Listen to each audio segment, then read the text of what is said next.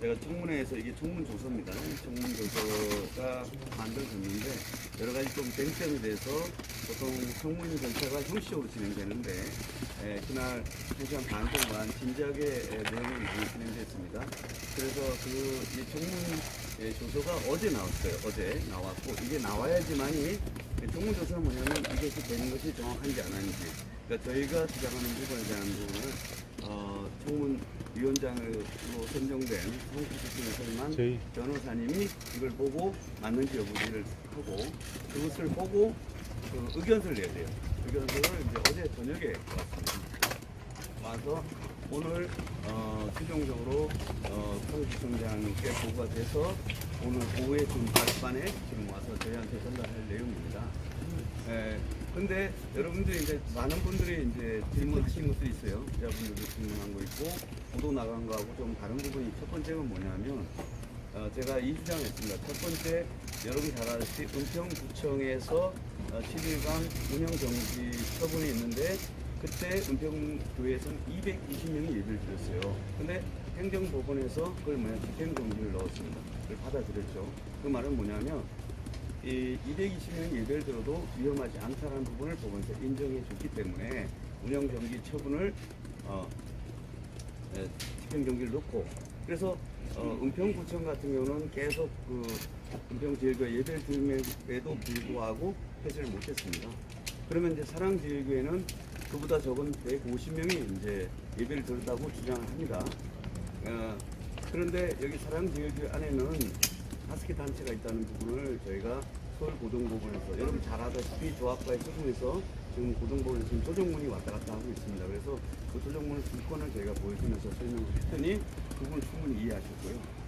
그 다음에 4단계에 대해서 1차 고시, 1차 연장한 게 7월 12일부터 24일까지입니다. 거기에 대해서 원래 전면 비대면 했던 것이 문제가 있어서 행정소송에서 19명을 집행정지를 받아들였죠. 그러다 보니까 그걸 받아들여서 저희는 다 항고를 해서 지금 재판 중입니다. 지금 서울고등법원에서 하고 있고요. 그 사이에 중대본에서 지침을 바꿔서 19명까지는 오케이를 해줬고요. 그리고 2차 고시에서 또 예배 드는 걸 했다고 해서 또 이렇게 중지 처분을 했는데 저는 또 다시 여러 소송을 해서 지금 2차 고시에서도 지금 고등법원에서 지금 하고 있습니다. 그래서 이런 내용을 이 청문 절차를 자세히 설명해서 첫 번째 요지는 이겁니다. 질병관리청에서 1년 반 동안 코로나가 심각하다고 해서 얘기를 했습니다. 그런데 그 결과는 질본의 역학조사 결과는 6개월에서 1년이 걸려요. 오늘 간다고 해서 나오는 게 아니에요. 역학이라는 것은. 그래서 역학조사 결과가 어떻게 나왔냐면 해보니까 여러분 수십만 건을 조사했는데 예배를 통한 감염이 없다는 게 공식 결론입니다. 그래서 예배를 통해서 적정거리를 뛸 때는 위험하지 않다는 겁니다. 그래서 저희가 그 주장을 은평제일교회에서 사건에서 받아들였습니다. 그 다음 두 번째 어제 나온 게 뭐냐. 코로나 사망자가 2043명이 사망했다고 합니다. 근데 어제 질본청에서 발표를 계속 안 하다가 어제 공표로 나왔어요. 코로나로 인해 순수 사망자는 14명입니다. 14명만이 사망했고 이것이 질본청의 공식 입장입니다. 그러면 저희가 행정법원에서 지금 1차 고시나 1차 처분이나 2차 처분에 왜 행정소송인데 지금까지 결론을 못 내리냐 제가 이 주장을 했습니다. 우리가 예배를 통해서 감염이 없다는 게 공식 입장이라면 예배를 중지하는 건 문제가 있다는 거예요. 종교 자유 이런 걸 하는 게 아니라 형평성에 있어서 식당에서도 한 번도 나오지 않았는데 어떻게 그 식당을 폐쇄 처분할 수 있습니까? 다만 교회에서 몇 건은 있었습니다. 그거는 어떤 경우였냐 확인해 봤더니 식사 예배 끝나고 밥을 먹잖아요. 여러분 밥 먹잖아요. 거기서 걸릴 수 있죠. 그런 부분이 된다면 그런 부분을 더 강화하려고 해야 됩니다. 그래서 제가 항고를 하면서 어떻게 했냐면 저희가 조건을 강하게 했다. 즉 예배를 통해서 기존 거리보다 훨씬 2배를 뛰겠다. 그 다음에 방호복을 입겠다. 마스크 2개를 끼겠다. 그 다음에 그렇게 해서 할 테니까 예배는 허용해달라고 인원 해달라고 했더니 그제서야 그 중대본과 여기서 문제가 돼서 99명으로 갑자기 허용한 거 있지 않습니까? 왜 허용하냐면 저희가 그렇게 그걸 집요하게 따지니까 말을 못하는 거예요. 그래서 그 얘기를 제가 청문조서 과정에 다 얘기를 했습니다. 그래서 저희가 예배를 통해서 감염된 것이 사랑교회는 없습니다. 그 다음에 자가 키트도 하고 작년에 사랑교회가 언론에 이슈가 됐기 때문에 얼마나 수위를 높여서 했는지 몰라요. 그래서 청문 조사가 나중에 이것도 나중에 보여드릴 겁니다. 여러분 기자분들 내가 다 보내드릴 건데 내용에 이런 게 있습니다. 성북구청에서도 4단계 전까지 했을 때 사랑제일교회가 너무나 방역을 잘하더라 이렇게 얘기했습니다. 그리고 자가 키트까지 하는 경우는 단 한 건이 없어요. 전국 어느 교회에서도. 그리고 여기서 사랑교회에서는 확진자가 한 명도 안 나왔어요. 안타깝게도. 이게 나왔어야지 이제 사실은 이슈거리가 됐는데 그것이 안 됐다는 거예요. 그래서 그런 부분을 했더니 충분히 고려하겠다고 얘기했습니다. 두 번째 쟁점은 여기에서 여러 단체가 있습니다. 여기는 대국군이 있고요. 기독자유통일당, 지금은 국민혁명당으로 바뀐 그 당사가 있습니다. 그 다음에 청기도 영성훈련원이 있고 바이블랜드 이런 단체가 있어요. 그 여러 단체는 거기에 각각의 출입할 수 있는 권한입니다. 일반 사람들 여기가 식당이나 또는 공연장처럼 알아요. 관객을 받지 말라 이렇게 생각하는데 그렇지가 않습니다. 여기는 다 지분권을 가진 사람들이기 때문에 그걸 출입을 막을 수 없어요. 자기 집에 가는 걸 절대 막을 수가 없습니다.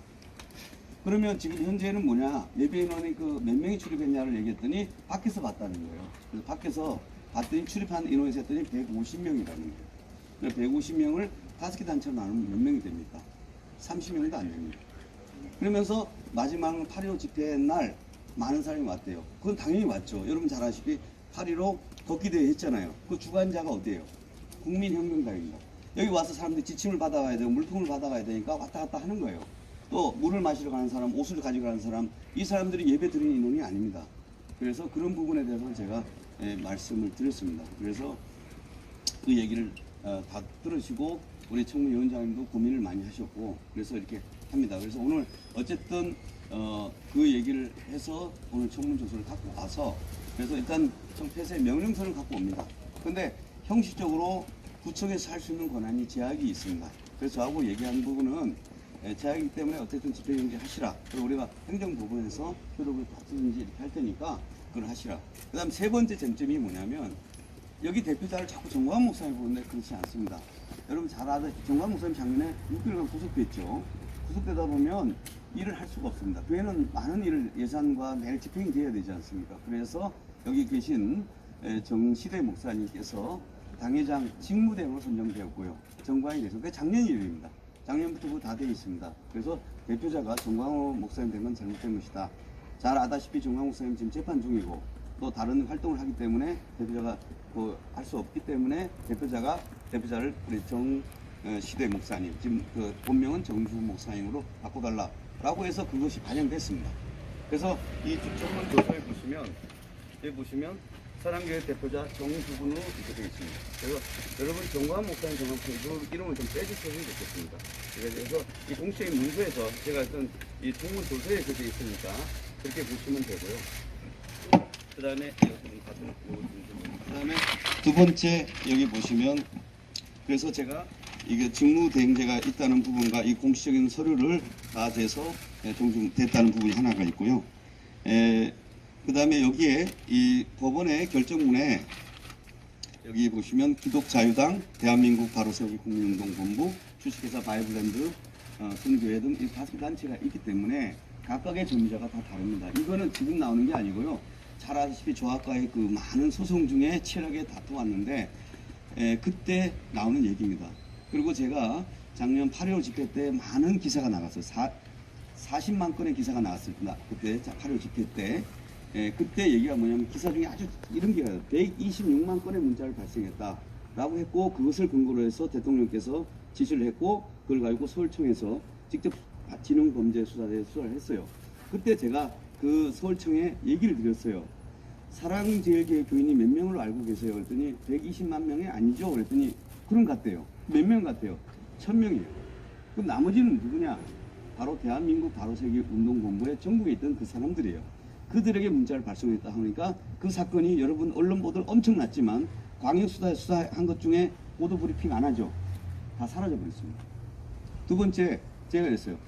사랑제일교회가 협조를 안 했다 했는데 그게 8월 13일 날 환자가 처음 발생했습니다. 그런데 제가 성북청에 준 자료를 보니까 8월 3일 날 명단을 줬어요. 아니, 환자는 뒤늦게 발생했는데 왜 이걸 줬냐 했더니 이태원 그 개입박 코로나 있지 않습니까? GH 70형 그게 발생됐고 이걸 질병청 숨겼어요. 인증 안 했어요. 그러다 보니 그게 어디에 택시기사 갔는 데서 택시기사가 여기 왔어요. 그러면 이거는 그 택시기사 발이고 이태원 말이에요. 여기 명단을 줬다니까요. 그 조치를 안 한 거예요. 그래서 그런 부분 했더니 그런 부분이 사라졌다는 얘기를 한 거예요. 그래서 왜 이 얘기가 나오냐면 이전에 전력이 있는 자, 이 단체는 절대 비대면이라는 거예요. 근데 이전에 전력이 있는 그 자체가 누구 때문이었어요? 바로 서울시와 성북청의 방역이 잘못한 부분 때문이니까 그에 대해서 이해를 하셔야 된다. 그리고 이전에 역학이 최종 나오기 전까지 올해 2월 1일 전까지는 어떻게 오해할 수가 있어요. 그런데 8.15 집회에서는 확진자가 한 명이 없다는 게 박대출 의원이 공식으로 질명했을 때 질병청의 회신 결과예요. 그리고 예배를 통해서 한 것이 없다는 거예요. 그런데 왜 예배를 갖고 그러냐고요. 여러분 밥은 먹잖아요. 우리도 밥을 안 먹을 수 없잖아요. 지하철을 왜 열어놔요? 사람 다녀야 되니까. 그러니까 예배를 통해서 없다면 예배를 강화하는 조치를 취하면 좋을 것이고 그래서 이 주장을 했더니 똑같이 4단계입니다. 4단계인데 서울시와 경기도는 99명으로 허용했죠. 그런데 4단계임에도 불구하고 부산시는 어떻게 했냐면 수용 인원의 20%로 했습니다. 그래서 이 얘기를 전부 다 하다 보니까 성북청도 그렇고 서울시도 고민스러운 거예요. 왜냐? 역학을 자기 자신이 하는 게 아니고요. 중대본을 사는데 중대본 똑같은 결과를 받은데 서울시가 다르고 부산시가 다르니까. 그래서 이제 이런 의견서를 제가 이걸 다 했는데 여러분 기자들이 궁금하시면 제가 이 스캔 뜬 문서를 다 나눠드릴 테니까 이걸 읽어보시면 될 것입니다. 그래서 이걸 보시면 그래서 왜 강경한 조치를 못하는 이유를 제가 말씀드리는 거고요. 그 다음에 이후 조치는 당연히 제가 이거에 대해서는 집행정지를 내일 넣을 겁니다. 그래서 그걸 집행정지를 하고 그래서 행정소송을 통해서 받을 것이고요. 그 다음에 제가 지금 4개 교회를 상대로 해서 정은경 질병관리청, 그 다음 정은경 개인, 그 다음에 국무총리, 그 다음에 대통령 이분들 상대로 소송을 했어요. 이분들 미워서가 아니라 자료를 안 주니까. 역학조사 결과 나왔으면 국민한테 알려드려야죠. 여러분이 오늘 그걸 반드시 받아보셔야 됩니다. 그래서 이 교회에 이렇게 뒤집어 씌운 거는 정말 잘못된 부분이에요. 그래서 사과해야 되는 거죠. 그래서 그에 대한 4개의 교회들이 일단 먼저 돼서 손해배상을 저희가 받을 겁니다. 돈을 뭐 500만 원, 1000만 원이 문제가 아니라 그에 대한 자료를 받아서 여러분들이 알려되는 거고요. 이 코로나에 아까 말한 것이고요. 2000 몇 명이 죽었다고 했지만 결국은 순수 14명이라는 거 왜 지금까지 얘기 안 하냐고요. 그렇잖아요. 백신 사망자가 얼마예요? 이 백신 맞고 오히려 또 있단 말이에요. 그러니까 그런 숫자를 보고 국민들이 다 선택할 수 있도록 해야 되는 거죠. 그리고 백신만으로 해결 안 된다는 게 이미 다 전 세계 얘기를 하잖아요. 그러면 그 다음 단계는 국민들은 어떻게 해야 되냐고. 자영업자는 어떻게 할 것이며 교회는 어떻게 할 것이며. 그래서 제가 서울고등법원에 판사님한테 이 얘기를 했어요. 진심으로 한 법인 행정법원에 한 판사가 19명으로 하는 그 기준을 정함으로써 질본이나 중대본이 다 바꾸잖아요. 그렇다면 서울고등법원 판사님이 이 부분에서 진지하게 한번 해달라 라고 했더니 제가 지금 그 1차, 2차, 3차까지 됐는데 그거에 대해서 지금 고민하고 있어서 조만간 또 결론이 나올 겁니다. 그래서 이런 자료를 가지고 제가 행정소송을 하려고 하고 있고요. 계속 관심 가져주시면 되겠습니다. 그리고 일단 그 다음에 뭐 나머지 질문은 저희가 받도록 하겠습니다. 변호사님 말씀 많이 주셨는데 오늘 이 폐쇄 명령에 대해서만 제가 간단하게 여쭈면 결과적으로 오늘 폐쇄 명령서는 받으시고 그 다음에 내일 바로 어디신데? MBC 정상빈 기자 네, 아까 아시는 것 같아가지고 그 폐쇄 명령서는 받으시고 다만 내일 바로 집행정지를 넣으신다까지 이해했는데 이번 주 대면 예배는 그대로 진행을 하신다는 의미로 이해를 해도 되는 건가요? 아니요 그렇지는 않고요. 그거는 저는 제가 뭐 여기 전체 대변인이 아니고요. 저는 이 소송을 맡은 사람이에요. 그래서 그러니까 이 그 청문회와 이 제가 그 은평제일교회 그다음 여러 교회들 소송 있잖아요. 그 소송을 제가 맡다 보니까 이대목동 신세가 사망 사건도 제가 맡다 보니까 역학하고 관련된 소송을 하다 보니까 그 소송만 한 건데 요거는 지금 문제가 있기 때문에 제가 집행정지 한다는 거고 예배 여부는 목사님과 여기 분들 또 여러 단체들이 어떻게 결정하는지에 따라서 하는 거 저는 그에 대한 답변을 할 수가 없죠. 제가 아직 모르니까 저도 그냥 그 폐쇄 결정을 받아서 누구한테 했고 면적이 어디고 이런 걸 제가 확인하려고 하는 거예요. 또 사유는 뭔지. 그러면 어쨌든 이 폐쇄 명령에 대해서는 내일 집행정지 신청을 하겠다. 그렇죠. 네, 집행정지하고. 왜 법원에서 이게 예배를 들으면서 확산 위험이 있느냐 한 번도 없어요. 그게 질본의 공식적인 입장이거든요. 그러니까 왜냐하면 집행정지는 딴 거 아니에요. 고난이 권리가 맞냐 안 맞냐 예배 자유침해 이런 거 따지는 게 아니에요. 자, 예배를 오늘 얘기를 예를 들어서 운영 중단했다, 시설 폐쇄했다. 자, 그러면 교회는 피해가 입어요 없어요? 피해가 반드시 있잖아요. 그러니까 긴급해요 안 급해요? 바로 그거 하는 거. 그다음 남는 건 뭐냐? 공공의 위해성이 있냐만 따지는 거예요. 그래서 공공의 위해성이라는 게 뭐냐면 감염의 확산이 있느냐예요.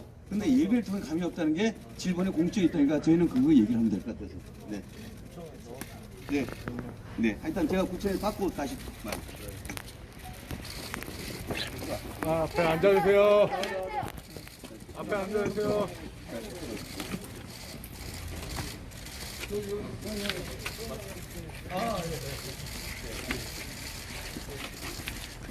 일단 우리 저기 저희가 좀 하나 더 마이크 대요. 예, 구청과 저희가 사실은 중간에 입장이 있어서 그렇게 했지만 사실 청문회 하면서 충분한 자기 입장을 얘기했어요. 오해를 많이 풀었고요. 그래서 구청도 저희가 왜 그렇게 했는지 구청에서는 서울시나 지시받았기 때문에 하는 거고 또 저희는 저희 나름대로 예배 등 감이 없는데 이렇게 한다는 게 너무 불합리해서 한 거예요. 그래서 우리 오다교 팀장님께서 폐쇄 명령을 주신 거 저희가 받기로 했습니다. 그래서 받고 나서 하도록 하겠습니다. 지난 7월 22일서부터 7월 31일까지 1차 운영 중단에 대해서 명령을 했는데 25일 날 예배를 하셔가지고 거기에 대한 다음 후속 조치로 시설 폐쇄 명령이 들어갔거든요. 청문은 지난 11일 날 수요일 날 했습니다. 그 청문 결과에 따라서 저희 시설 폐쇄 명령을 날짜는 내일부터 별도 조치 시까지로 되어 있습니다. 네. 사실은 제가 설명 좀 해드리겠습니다.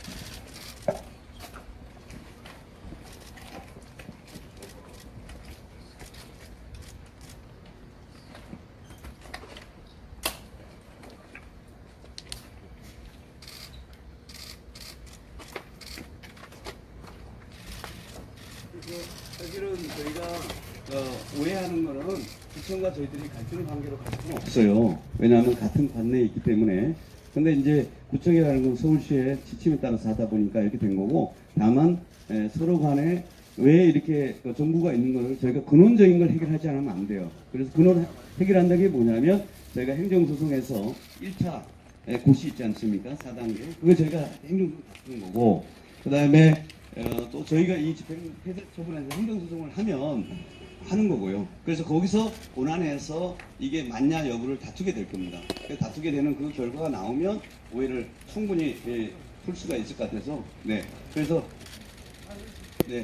그간에 부분에 대해서는 얘기 드렸고, 그래서 저희가 다 법적으로 얘기한다는 거예요. 그러니까 그 법적인 너 법적으로 싸우자는 게 아니라 법률적으로 행정일을 하시는 걸 저희가 막 화를 내거나 그렇지 않고요. 입장을 좀 말씀드렸다는 거예요. 그래서 그간에 또 한국도 저희가 양해를 구했고요. 우리 또 팀장님들 팀장 입장 하시는 거고, 또 여기는 그 한 걸 했으니까 저희가 이제 갈등 없이 어차피 또 교회가 여기 계속 존속하기 때문에 구청과는 계속적인 관계를 가져야 되는 거고요. 다만 중요한 거는 이거죠. 코로나 확산이 없어야 된다는 거예요. 그거에 대해 저희들이 무엇보다 해야 될 것이고요. 그 구청의 노력에 저희도 도와주려고 하는 것이고요. 더불어서 또 교회 입장에서는 뭐냐면 한국교회 전체를 대변하기 때문에 예배를 통한 감이 없는데 이것이 왜 이렇게 되느냐, 알고 보면 구청과 저희만의 문제. 나중에 잠깐만요. 나중에 하시면 될 것 같아요. 구청과 저희 문제가 아니라 이건 제일 나쁜 사람이 누구냐면 질병관리청이라고 봐요. 질병관리청에서 이걸 알려주면 서울시에서도 이걸 고시를 하겠습니까? 성구청이 하겠습니까? 근데 예배를 통해 감이 없다면 그런 지침을 그렇게 해야죠. 마치 있는 것처럼 잘못된 걸 해놓고 이렇게 성북구청과 저희가 갈등 하도록 만든 건 잘못됐다는 거예요. 그래서 저희가 정은경과 적어도 저는 정은경 총장의 아쉬운 거는 뭐냐면 이렇게 해서 예배를 해야 될 상황이 된다면 국민 여러분, 특별히 교회 관계자 여러분, 예배를 통해서 감염이 너무 발생하고 있습니다. 안타깝게도 저희가 일정 기간만 협조를 해주시면 저희가 최선을 다해서 하도록 하겠습니다. 이렇게 양해를 구해죠. 그런데 한 번도 나타나질 않아요. 그것이 안타깝다는 거예요. 그래서 안 내놓으니까 저희가 부득이 민사소송을 제기한 거는 돈 받으려고 하는 게 아니고요. 자료를 받으려면 법원을 통해서 할 수밖에 없습니다. 그래서 저희가 소송을 했더니 서울중앙지방법원에서 단독 재판부로 됐는데 사안의 중요성에서 합의부로 위반돼서 하고 있습니다. 일단 이런 내용을 아시고요. 그냥 계속 사건을 지켜봐 주시면 좋을 것 같습니다. 그래서 저희가 코로나 확산의 방지에 교회는 최선을 다할 것임을 다시 한번 말씀드리고, 이후의 상황은 그 나머지는 저는 잘 모르겠고, 저는 행정소송과 집행정지 뭐 이런 부분을 교회 쪽 상의해서 하는 걸 맡고 있습니다. 네.